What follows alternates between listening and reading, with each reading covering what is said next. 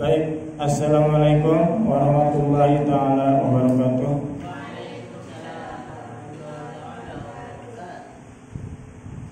Di pertemuan yang ketiga ini kita awali dengan sama-sama meluruskan niat. A'udzu billahi minasyaitonir rajim. Bismillahirrahmanirrahim.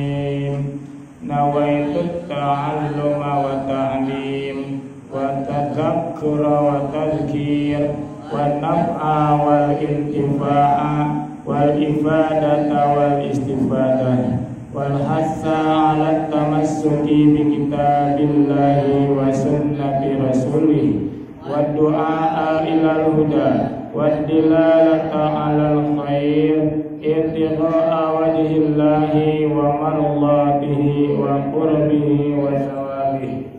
Allahumma inni as'aluka fahman nabiyyin wa hifdzal mursalin wa ilhamal malaikatil muqarrabin. Allahumma aghnini bil ilmi wa zayyinni bil hilmi wa akrimni bit taqwa wa jammilni bil afiyah ya arhamar rahimin. Rabbi zidni ilma warzuqni fahma. Allahumma nawwir qulubana binuri hidayatika kama nawwartal arda binuri syamsika abadan abada. Allahumma aftah lana hikmataka wamsyur alaina rahmataka min khazaini rahmatika ya arhamar rahimin. Amin. Allahumma shalli ala sayyidina Muhammad.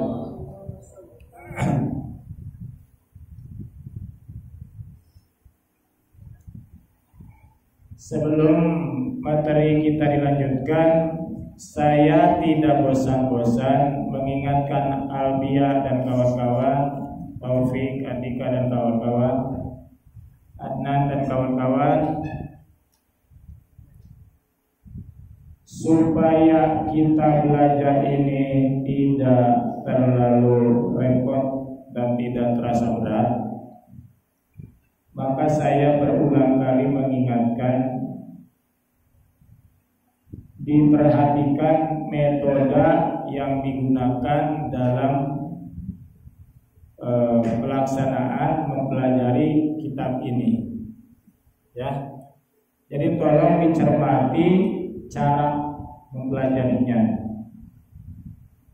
Atau ingin saya singkat perkataan, kalian cermati metode lughahnya, ya, supaya nanti sebulan ke depan kitab ini akan kita ganti, ya. Tentunya kan Adnan dan kawan-kawan nanti statusnya bukan kelas 2 lagi, tapi sudah kelas 3, ya. Ini hanya tinggal beberapa hari saja kelas 2-nya nih. Mungkin sekitar awal Juli kan kita sudah berstatus kelas 3, ya. Kalau sekarang kan masih kelas 2 statusnya. Jadi nanti kita akan tertibkan dengan jumlah santri yang terjangkau, insya Allah. Nanti akan ada waktu-waktu pelayanan khusus bagi yang perlu dibantu atau sebaliknya yang ingin lebih mengukuhkan pelajaran yang dikajinya, ya. Paham tidak? Insya Allah waktu kelas 1 kalian pernah belajar jurumiyah tidak? Masih mengingat seperti apa itu jurumiyah? Sejatinya kalau jurumiyah itu kalian memang paham, sekarang ini penerapannya itu nyaman, ya. Kenapa dibaca macam kemarin yajibu? Kenapa dibaca wadiduhu? Kalian yang pernah belajar jurumiyah itu bisa menjawabnya.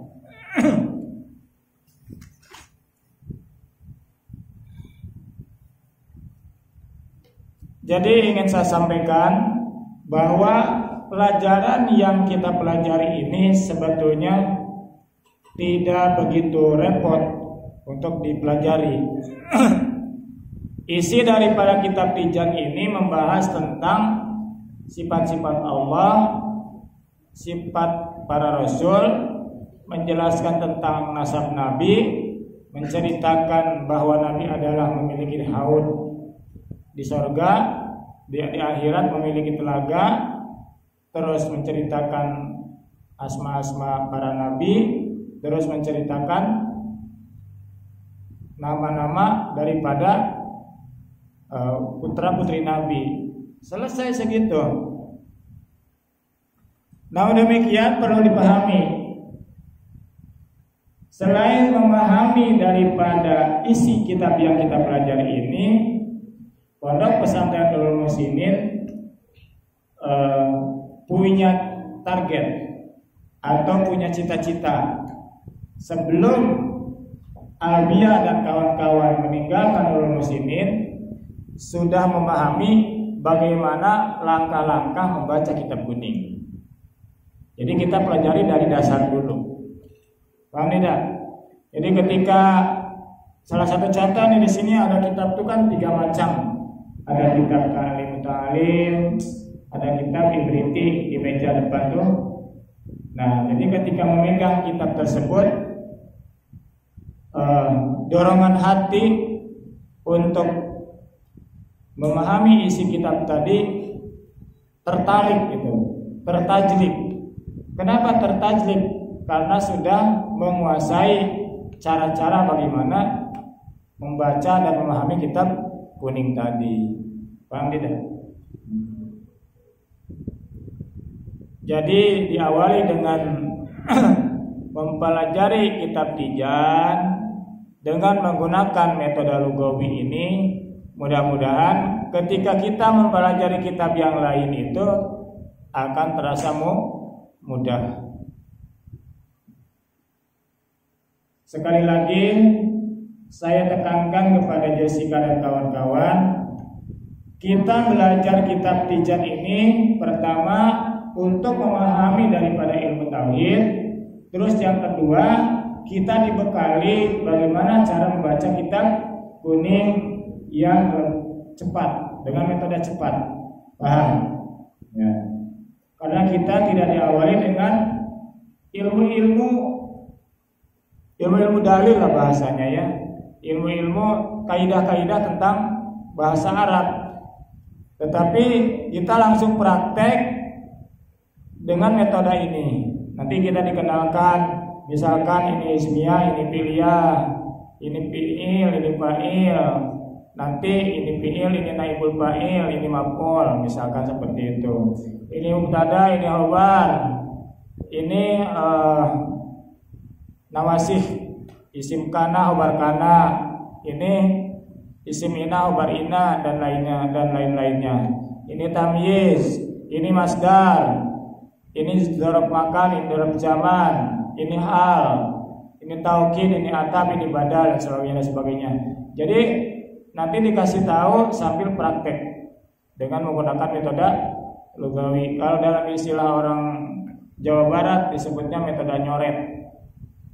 Metode nyoret itu jadi sang guru membaca kitab, nanti sang murid menyimak sambil menyoret gitu.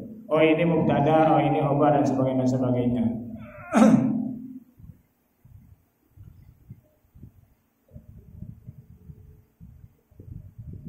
Bisa dipahami ya? Cara yang saya bawakan dalam melaksanakan amanah mengajar di Pondok Pesantren Nurul Muhsinin ini membaca kitab dengan menggunakan metode lugawi. Kalau anak-anak sekalian mengikuti dengan teliti, dengan cermat, insya Allah dengan cara metode yang saya gunakan ini akan cepat pandai baca kitab nanti. Ya, secara pasif tapinnya. Pasif dalam artian apa itu mubtada, dalilnya apa, menurut Jurumiyah, menurut Alfiyahnya gimana, kita tidak bisa jawab itu, tetapi kita bisa membaca kitab. Dan jangan sebaliknya nanti, orang yang pernah belajar Jurumiyah, orang pernah belajar Alfiyah, tapi saat membaca kitab engok juga. Paham tidak? Maksudnya begini, teori dia pandai, praktek tidak, kan begitu. Dia teori pandai, menguasai, dalil-dalil menguasai, tapi dikasih kitab ngabugek begitu. Tahu ngabugek tidak? Bingung untuk membaca kitab. Padahal dia tahu apa itu mubtada. Mubtada adalah isim marfu'at, kan begitu. Apa itu khobar? Khobar itu isim marfu'at yang berada bersanding dengan mubtada. Misalkan seperti itu. Lalu ketika membaca kitab dia bingung. Paham? Memang betul teori dan praktek sejatinya dikuasai oleh seseorang. Tapi apakah menguasai teori dan praktek itu bisa dengan waktu cepat? Tentunya tidak. Perlu waktu yang cukup untuk mempelajari teori-teorinya, lalu prakteknya. Maka di sini saya mengajak anak-anak sekalian untuk membaca kitab dengan menggunakan metode baca kitab, dengan metode logat, begitu.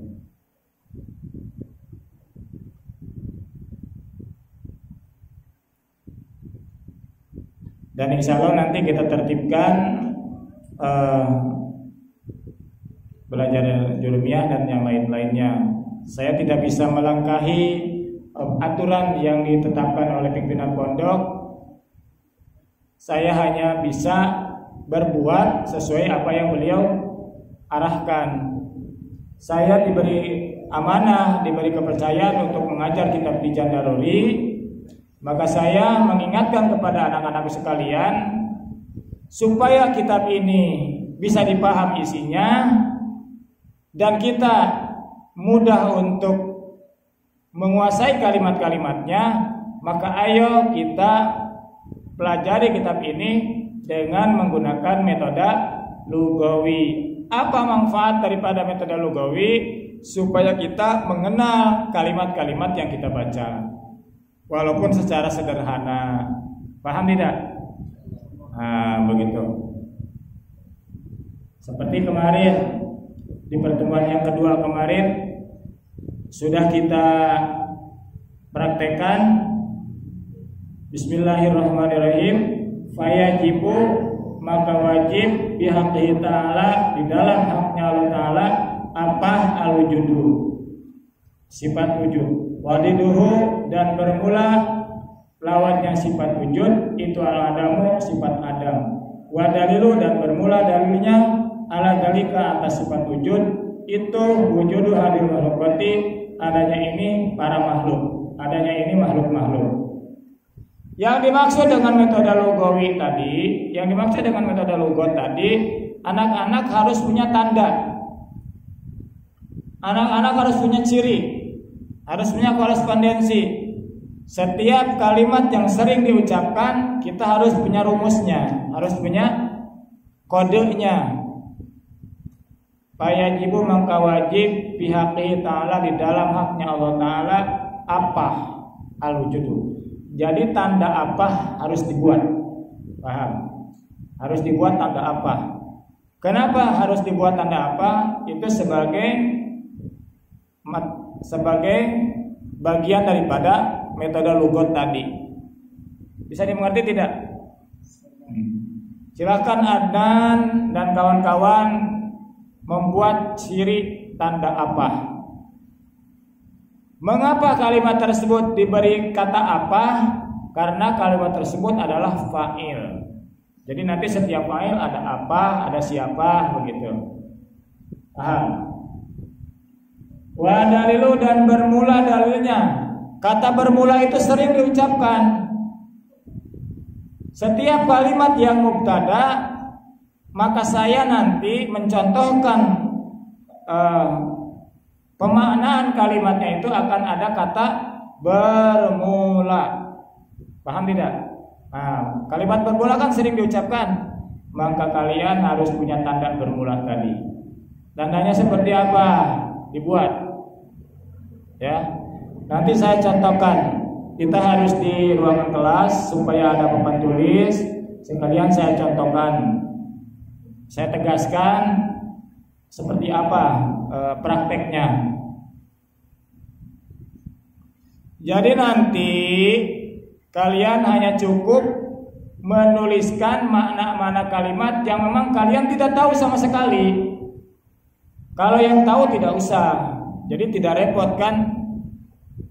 Fayajibu, maka wajib. Apakah kira-kira yajibu kalian masih nulis artinya? Tidak usah, karena sudah tahu kan. Jadi yang kalian tulis artinya nanti kata-kata yang memang kalian sama sekali tidak tahu. Kalau yang tahu tidak usah. Seperti mana contohnya? Wadidduhu. Kan di dalam kitab Tijan ini lebih daripada 24 kali lafaz wadidduhu terucapkan, ya. Ada 24 kali wadidduhu. Masa diduhu mau kalian tulis di bawahnya rametek? Tahu rametek tidak? Ditulis di bawahnya itu dan lawannya sifat anu misalkan. Tidak usah. Wong diduhu kita udah tahu artinya lawannya kan? Ya tidak. Dalilu apa artinya? Bermulanya aja ditulis bermula. Dalilu, dan bermula dalilnya. Di bawah dalilu perlu ditulis tidak dalilnya? Tidak usah lagi. Itulah keuntungannya daripada metode tadi. Maka kitab ini tidak akan jabrik, tidak akan terlalu jabrik, ya. Saya perhatikan di salah satu kitab tuh di bawahnya itu banyak tulisannya itu.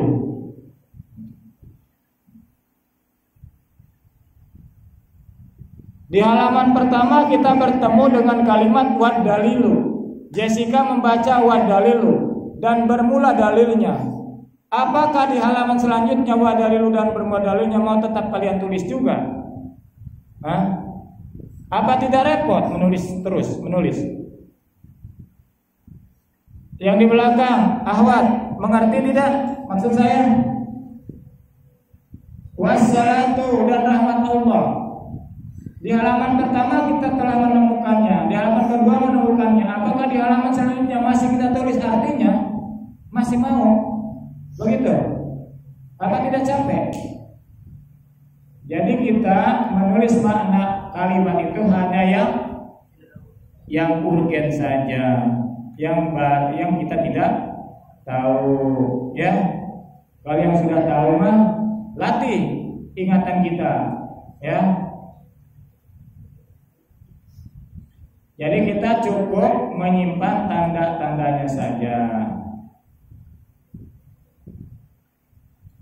Kitab Tijan ini sederhana kalimatnya, tapi nanti kalau kita membaca kitab lain yang lebih tebal dan lebih luas bahasannya, itu akan majemuk kalimat-kalimatnya, ya. Biasanya kalau lagi ngaji setan itu datang. Salah satu tempat banyaknya iblis adalah tempat ngaji. Ya, mulai dari ketek dulu, berkeringat panas dingin, naik ke pundak, dari pundak itu naik ke telinga naik ke dahi ke mata, gitu.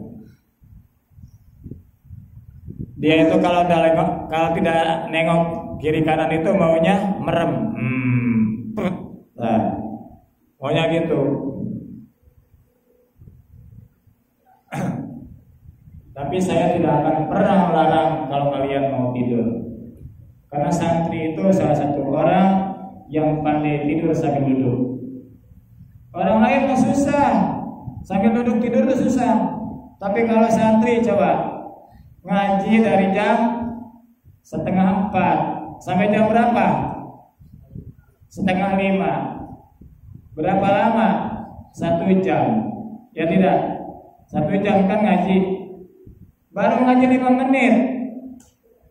Itu. Daun mata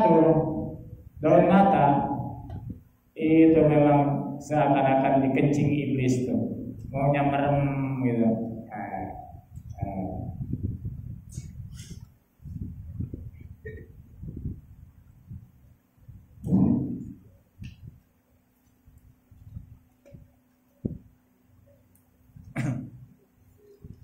Ada pertanyaan, Adnan?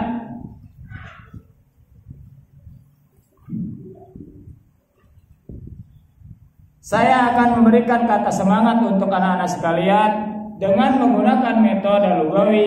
Membaca kitab kuning akan terasa mudah. Paham? Kitab ini kalau menggunakan metode lugat, membaca kitab akan terasa mudah. Ya tidak. Tapi tidak ada di dalam hati kita merendahkan teori-teori daripada tata bahasanya. Tidak sama sekali. Ya tidak. Karena orang-orang atau orang-orang alim, guru-guru kami yang menggunakan metode lugat tadi adalah orang-orang yang memahami tentang ilmu nahwu, orang-orang yang memahami tentang ilmu tata bahasa Arab, bukan orang sembarang dan tiba-tiba mereka menggunakan metode lugawi, tidak. Jadi bermula dari ahli tata bahasa, dari ahli tata bahasa sampailah kepada orang-orang yang sibuk hari-hari mengajar, menemukanlah cara sehingga santri bisa lebih cepat memahami isi kitab. Ternyata salah satu yang mereka gunakan adalah metode memberikan tanda. Mana mubtada, mana khobar, mana fi'il, mana fa'il, mana fi'il, mana naibul fa'il, mana maf'ul, kan begitu. Mana maf'ul muqaddam, mana fi'il fa'ilnya, mana mubtada, mana khobar muqaddam, mana mubtada muakhar, maka mereka memberikan tanda-tanda di situ, begitu. Jadi metode lugat ini hasil cipta mereka para ahli yang memahami tentang tata bahasa Arab tadi. Masuk tidak, Taufik? Ketika ada pertanyaan, Taufik, kamu ingin cepat tidak pandai baca kitab Tijan? Ingin tentang gunakan metode lugawi supaya kamu cepat pandai. Itu jawabannya. Adnan ingin pandai enggak baca kitab ini? Ingin pandai. Kalau Anda ingin pandai membaca kitab ini supaya lebih cepat mempelajarinya, gunakan metode lugat. Metode lugawi. Albi misalkan, saya ingin cepat tentang pandai, gunakan metode lugat. Ya. Paham? Bahkan nanti kita harus punya pensilnya, harus punya pulpennya. Yang lebih baik lagi, kalimat-kalimatnya ditulis dulu ke buku. Jadi kalimat-kalimat yang ada di kitab ini disalin dulu ke buku seperti yang sudah kalian lakukan. Setelah itu baru di logatnya. Paham? Karena kalau yang lagi belajar langsung ke kitab, nanti malah tidak bisa dibaca kitabnya, tertutup dengan tulisan-tulisan yang aneh-aneh nanti. Tapi kalau kalian bisa menulisnya dengan rapi di kitabnya langsung, lebih bagus, jadi lebih singkat lagi. Paham tidak? Kalau kalian menulis langsung di kitab, bersedia rapi tidak? Bersedia rapi tidak? Kalau tidak bersedia rapi, itulah tulisan-tulisan kitab ini ditulis dulu ke buku. Setelah ditulis di buku, barulah di logat, dikasih tanda-tandanya. Seperti saya menulis di papan tulis beberapa waktu yang lalu. Paham tidak? Nisa, kamu ngerti enggak? Tadi malam kamu tidur tidak? Kalau saya mau begadang. Biasanya orang-orang yang begadang jam segini itu ngantuk.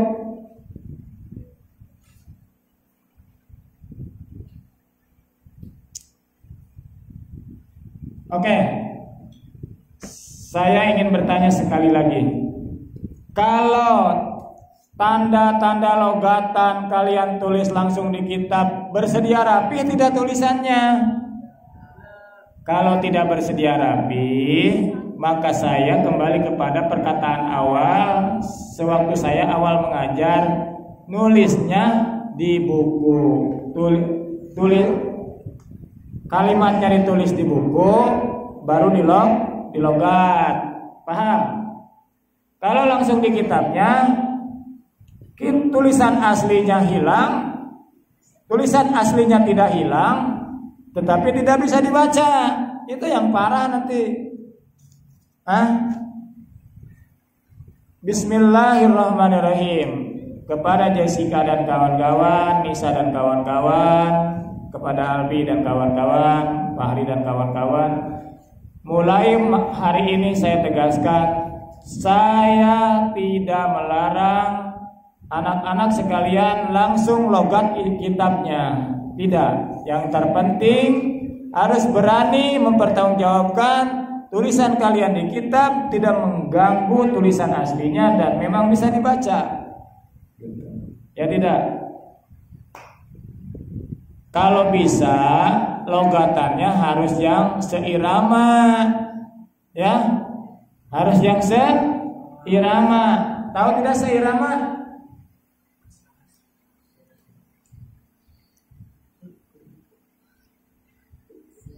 Yang satu dari kanan ke kiri, berarti yang satunya lagi harus dari kanan ke kiri lagi.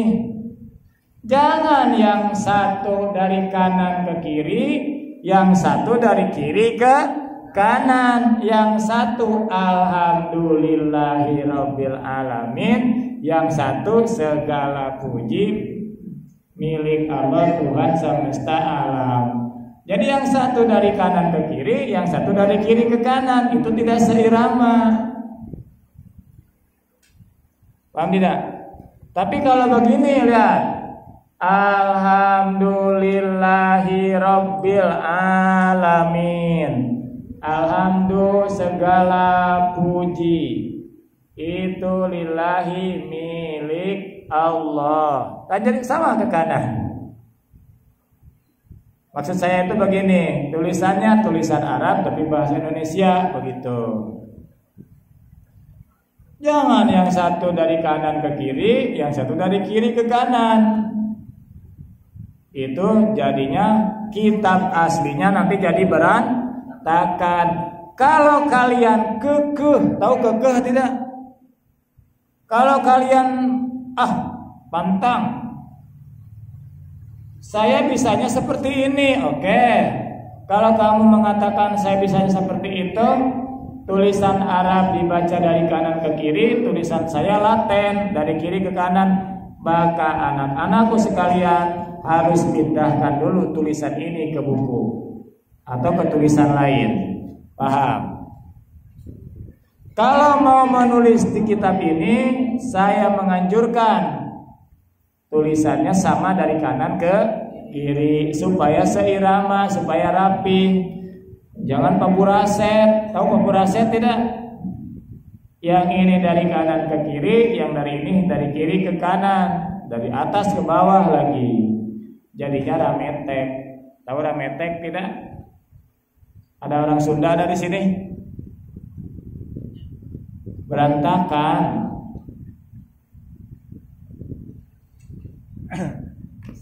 Saya bicara dari tadi sudah 29 menit. Bisa dipaham tidak? Bisa. Boleh saya ringkas ya? Boleh saya ringkas sekali lagi? Bismillahirrahmanirrahim. Kalau Jessica dan kawan-kawan bersedia tulisannya rapi, tidak merusak tulisan aslinya, boleh langsung di kitabnya, ya. Silahkan. Tapi kalau sekiranya malah jadi berantakan, sebaiknya dipindah tulis dulu, ya. Dipindah tulisannya dulu. Biarkan ini sesuai aslinya, supaya bisa diwariskan kepada anak cucu. Paham tidak? Dan saya di sini hanya sebatas mengingatkan dan menganjurkan. Adapun selanjutnya kembali kepada kalian. Ya tidak. Kalian yang akan merasakan nanti manfaatnya, berkahnya dan sebagainya.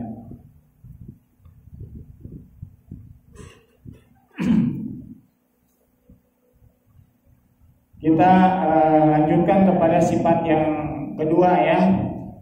Sifat apa? Qidam. Silakan diperhatikan di matahari kedua, di tanda matahari kedua. Ada Jessica?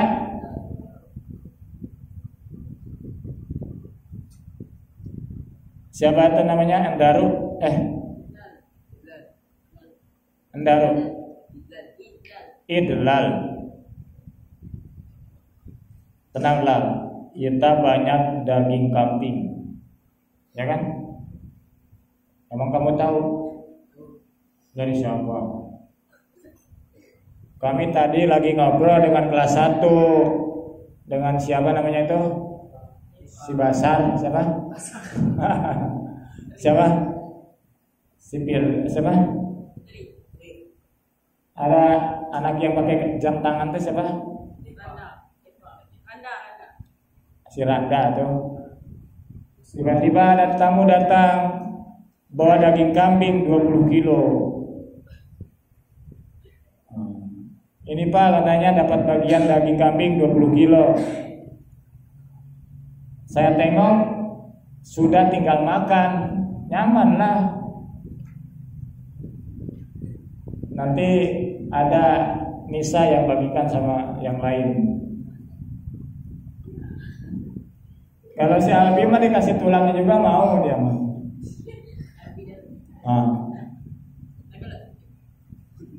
Saya tahu aja, dia tuh senang tulangnya.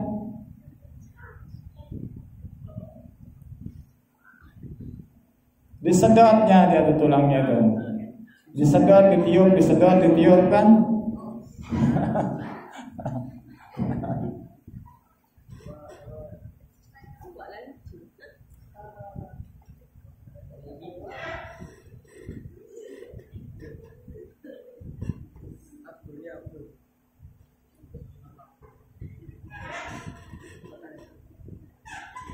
Ayo, sudah siap? Bismillahirrahmanirrahim. Ayo. Wa yajibu dan wajib. Bihaqqihi ta'ala. Di dalam haknya Allah Ta'ala. Apa al-qidamu? Sifat qidam. Artinya terdahulu. Wa ma'nahu, dan bermula maknanya sifat qidam. Itu annahu, sesungguhnya Allah. Itu la awala, tidak ada awalnya, tidak ada mulanya. Sama ya, mau pakai yang mana boleh.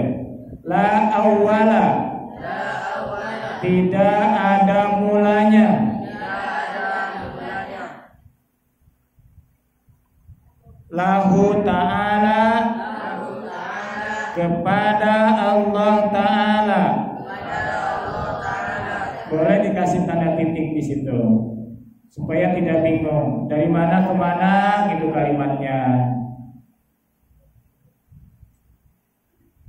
Wadidduhu, dan bermula lawannya sifat qidam. Itu al-hudusu,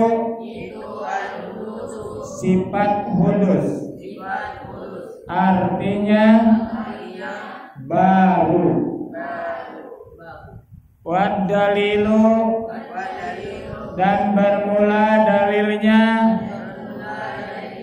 dzalika, atas sifat qidam, itu annahu, sesungguhnya Allah, itu laukana, kalaulah adanya Allah,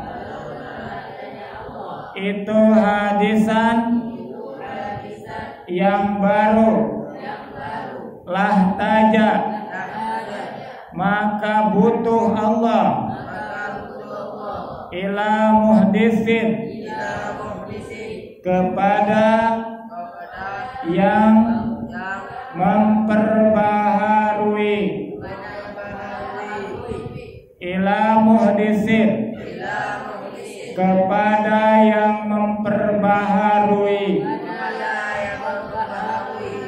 wahwa, dan bermula Allah hadis,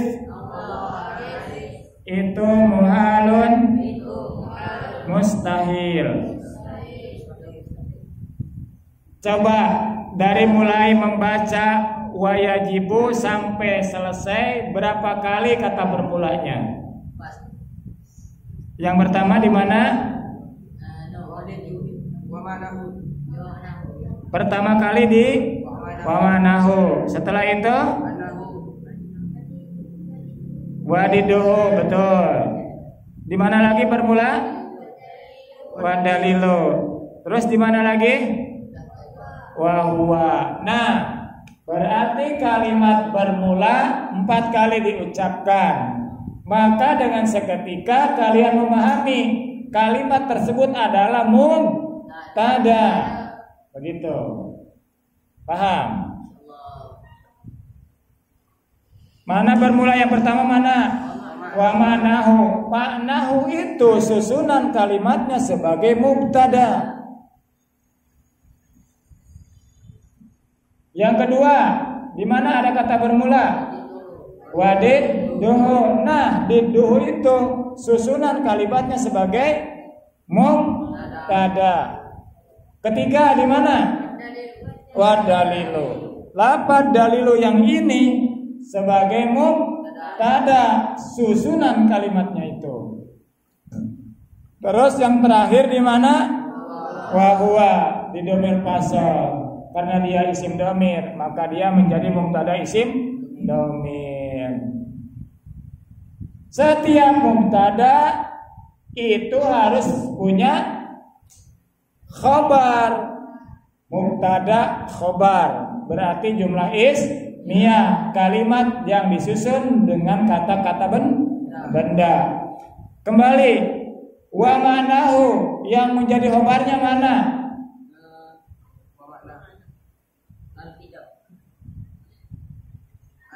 Anahu, begitu. Kalau dilihat di jurumiyah itu, setiap yang namanya khobar itu dia harus rafa, kan begitu, harus marfu. Kok di sini anak kantang? Nah, di sini harus kita tahu, ya, harus kita tahu.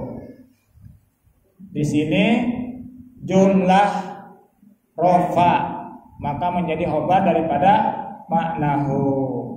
Nanti sedikit-sedikit saya akan jelaskan mana mubtada khobar, mana khobar jumlah, mana khobar berjumlah. Nanti ada pembahasannya. Sekarang kita pasif dulu supaya tidak ribut, ya. supaya tenang. Ma'nahu itu mubtada, annahu la awala sebagai khobarnya, didduhu sebagai mubtadanya, al-hudutsu sebagai khobarnya. Itu al-hudutsu sebagai khobarnya. Terus wadalilu jadi mubtadanya, itu annahu laukana sebagai khobarnya, jumlah khobarnya, begitu. Huwa jadi mubtadanya, muhalun itu jadi khobar dohir tuh. Jadi khobar isim dohir, jadi khobar dohir.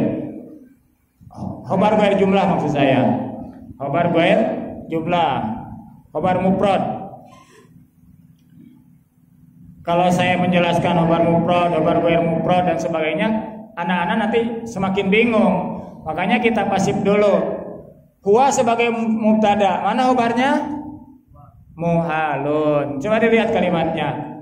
Wa huwa sebagai mubtadanya, mana khobarnya? Muhalun. Nah, begitu aja dulu. Sekarang pertanyaan saya. Tadi sudah dijawab dengan tepat bahwa bermula ada 4 di kalimat yang kita baca tadi. Di sifat keduanya Allah tadi di dalam pembahasan sifat idam 8 bermulanya itu tadi ada 4. Sekarang saya bertanya, kata itu ada berapa kali? Silahkan disimak, itunya berapa kali?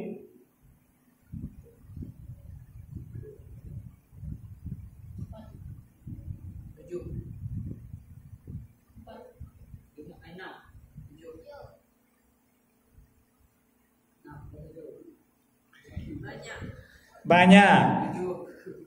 Pak Hari ngitung enggak? Coba saya baca dulu. Sekali lagi. Kata itu kalian catat di situ dekat kalimatnya. Coba ya, saya baca lagi nih. Bacanya ekspres.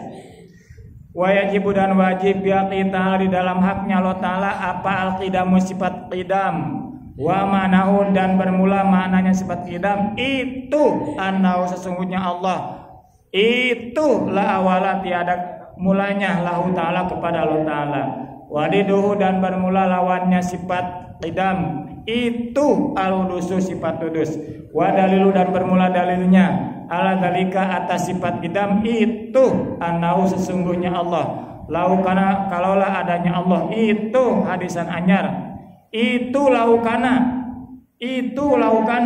kalaulah adanya Allah, itu hadisan yang baru, lah taja maka butuh Allah ila mudisin kepada yang berbarui, wahwa dan bermula Allah hudus, al hadis itu mahalul mustahil. Berapa itunya? 7.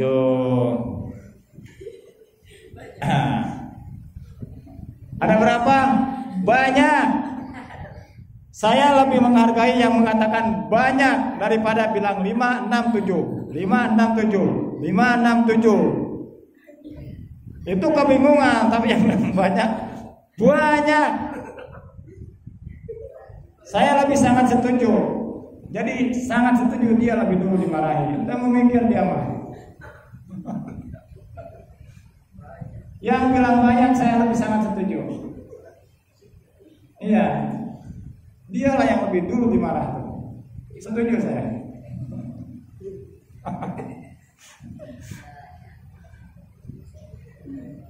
Ayah Pak Hari, sekarang ada berapa? Banyak.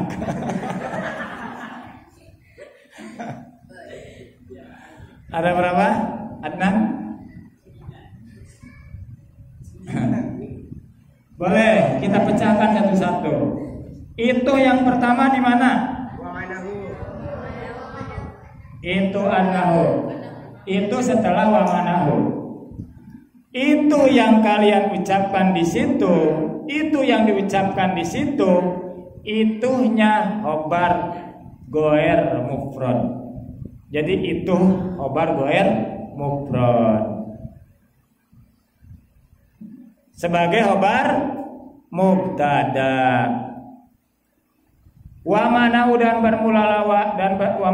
bermula maknanya sifat qidam itu annahu, sesungguhnya Allah. Itu yang di situ, itunya adalah itu khobar mubtada yang terbuat dari khobar goer mufrad.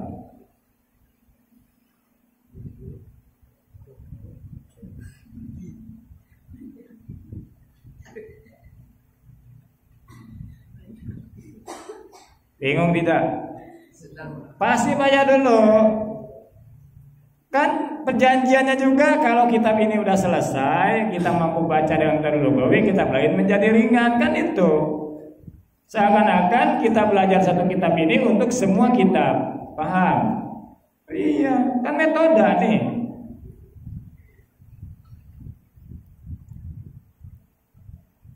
Udah ibunya kita didik, belajar Iqra, baca Quran, hafalan juz amma, hafalan surat-surat, juz 1, 2 dan selanjutnya. Udah pandai ibunya. Ibunya datang, Pak Ustadz, ini anak saya mau tolong dididik. Udah ibunya anaknya lagi, begitu, cucunya lagi. Harusnya gimana? Kalau ibunya sudah dididik, maka anaknya dialah yang ngajar, begitu harusnya. Ya tidak? Mudah-mudahan Allah berikan pertolongan kepada kita. Setelah selesainya kitab ini kita baca, kitab yang lain menjadi lebih mudah. Itu aja kuncinya. Berakit-rakit ke hulu, rakit-rakit ke hulu, berenang-renang kemudian berakit-rakit ke hulu, berenang-renang ke tepian, bersakit-sakit dahulu, bersenang-senang setelah kematian, bersenang-senang setelah kematian. Berakit-rakit ke hulu, berenang-renang ke tepian, bersakit-sakit dahulu, bersenang-senang setelah kematian. Itu yang mantap, ya tidak? Roma itu masih salah. Menurut Taufik masih salah. Yang tepatnya itu bersakit-sakit dahulu, bersenang-senang setelah kematian. Itu yang benar, ya tidak? Setelah mati susah lagi, janganlah.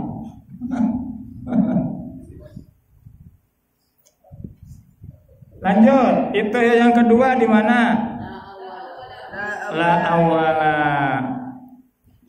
La awala itu yang ini bukan itu khobar mubtada, tetapi khobar daripada amal inna, amal anna.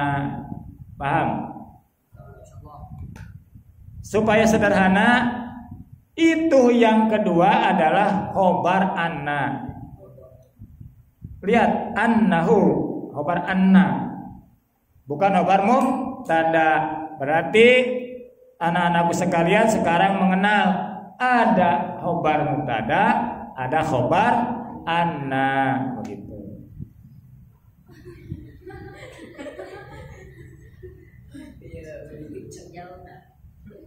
Wa amma inna wa ahwaduha tansibul isma wa tarfa'ul khobar. Menurut jurumnya kan seperti begitu. Bukan kalimat mulus, bukan kalimat yang tidak mulus, bukan kalimat mufrad, bukan kalimat ghair mufrad, kalimat ghair jumlah, bukan kalimat jumlah itu. Makanya kita pasif aja dulu. Mengapa diucapkan kata itu di situ la awala? Karena an jadi khobar dari anna. Itu yang ketiga di mana tadi? Bukan. Al-rusul. Itu yang ketiga, dia adalah sebagai khobar mubtada. Lanjut.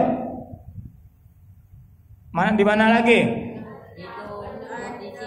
Itu ala dalika itu annahu. Sebelum lapan annahu. itu juga sebagai khobar mubtada daripada lafaz wad dalilu. Lanjut, yang keberapa? Hah? Yang berapa?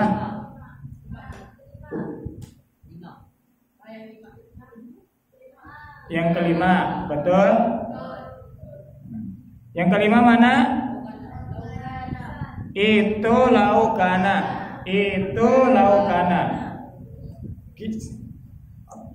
Kira-kira ada yang tahu tidak? Khobar dari siapa? Dari anak. Anak. Bukan anak saya sesungguhnya. Anna, inna sesungguhnya artinya kan begitu.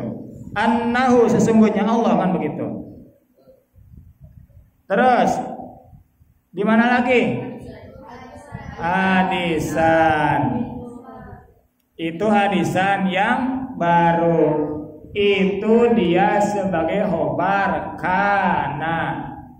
Jadi kalian mengenal ada khobar mubtada, ada khobar anna, ada khobar kana. Khobar mubtada itu, khobar anna inna itu, khobar kana itu. Itulah kinerja daripada metode lugawi tadi. Tinggal berapa lagi? Satu lagi. Di mana? Itu muhalun. Yang terakhir yang berapa? Yang ketujuh.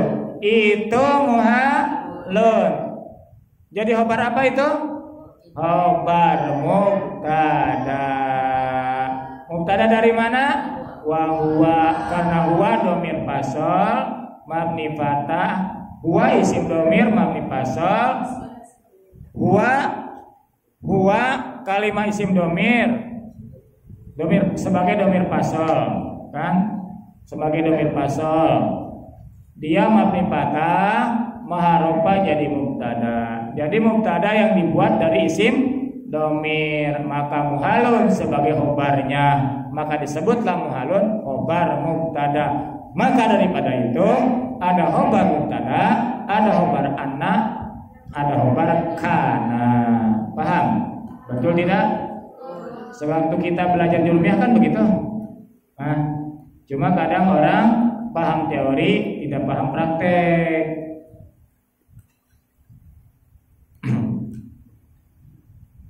Kok Bantang bisa tahu Bantang ini khobar mubtada, ini khobar inna, ini khobar kana? Saya susah menjawabnya. Yang jelas jurumiyah dipelajari dari awal sampai akhir, terus ditarif dan ditarkib.